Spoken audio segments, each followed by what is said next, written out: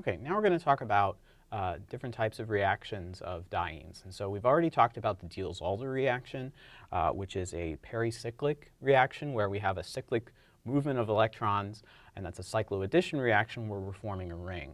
Now we're going to look at the Cope and the Claisen rearrangements, and these are, again, pericyclic reactions, but now that we call these reactions sigmatropic rearrangements.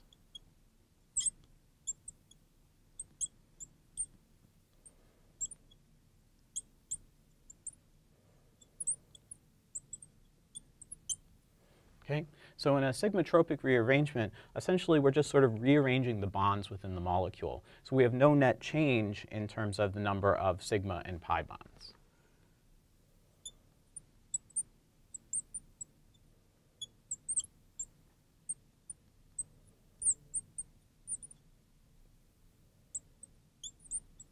Okay, so the initial example I'm going to show is not a very useful reaction, but it sort of demonstrates the mechanism of it. So we're going to start with a diene, and this is not a conjugated diene this time. Okay? And so in this rearrangement, which is actually under equilibrium, these are thermal reactions, so we're going to heat it up. Okay? And so in this mechanism, we are going to sort of shift the electrons around in a cyclic manner. So we're going to take the pi bond, and we're going to turn that into a sigma bond here. Right? Between these two carbons, right? This pi bond is going to shift over and form a pi bond right here. And finally, this sigma bond is going to break, and we're going to form a pi bond between these two. So in the end, what does our product look like?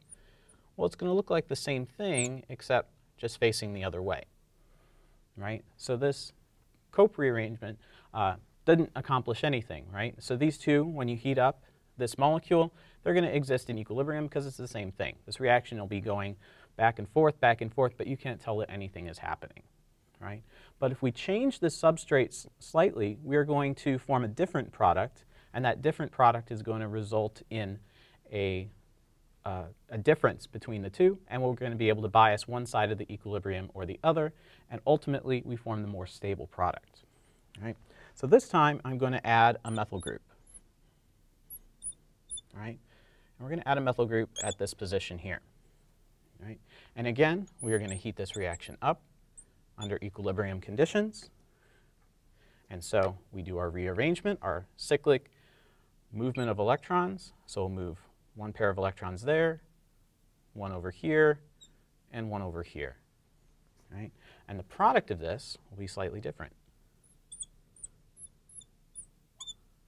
Right? So now we have our methyl group, and our methyl group is now on a double bond, right? And so now we can compare these two. Which of these is going to be more stable in the end, right? So we start with two monosubstituted alkenes.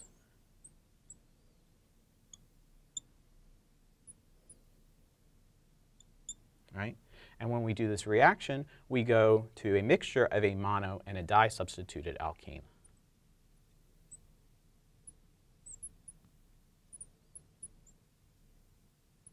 So we know that the more substituted the alkene is, the more stable it is, right? So that means this right side of the chemical equation is going to be lower in energy, right?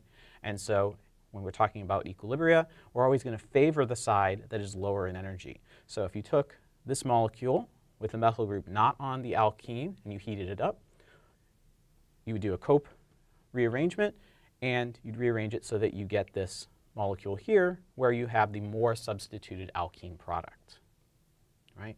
So this is the Cope rearrangement. The Claisen rearrangement is something very similar, except we're going to replace one of our carbon units in this molecule with an oxygen, okay? So we're going to do that.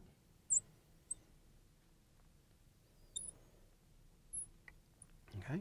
So we replace one of our CH2s with an oxygen here, right? But we're going to do the same reaction.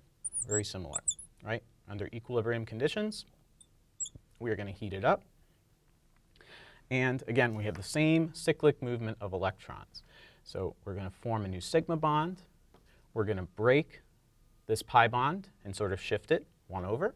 And we're going to break this sigma bond in order to form a new pi bond between oxygen and this carbon now, right? And so our product in this case will look like this, right? So we go from this ether structure to a carbonyl structure, right? So this ether here is a vinyl allyl ether.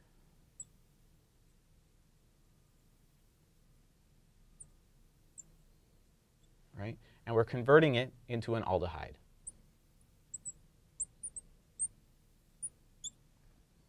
So this aldehyde, because we have this CO double bond, is ultimately going to be the more stable product. So this is going to be favored at equilibrium, right, over the vinyl allyl ether.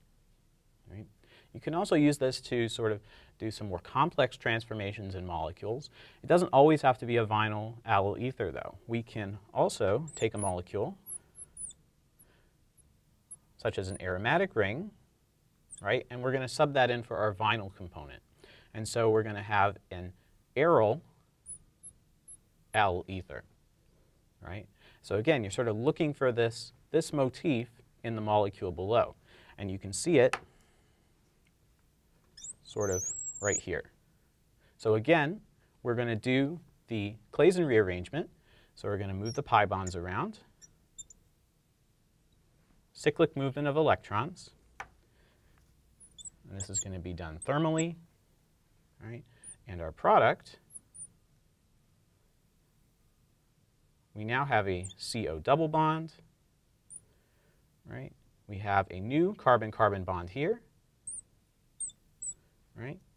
The thing to point out is that this position did have a hydrogen, and so that hydrogen is still there, right? So we're going to form this ketone. Right? So this ketone form lacks conjugation of the benzene ring. It lacks this continuous cyclic overlapping pi electrons. So we're going to want to rearrange this. And so we know ketones can form enols, right, by tautomerization. So we're going to do that. Right? We're going to rearrange by moving this hydrogen to oxygen and taking the pi bond that's between carbon and oxygen and putting it between carbon and carbon. So our final product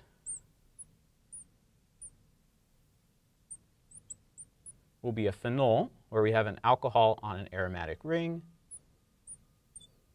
right? And we have our allyl group substituted on the aromatic ring, right? Right. We know back when we talked about tautomerization that the keto form or the carbonyl form is usually the more stable form, but here, because we're forming a conjugated system, it's going to be ultimately more stable than the keto form, right? The stabilization due to the conjugation is much, much higher than the stabilization existing as a ketone, right? So the phenol here and this rearranged product, this will be what we observe in the end.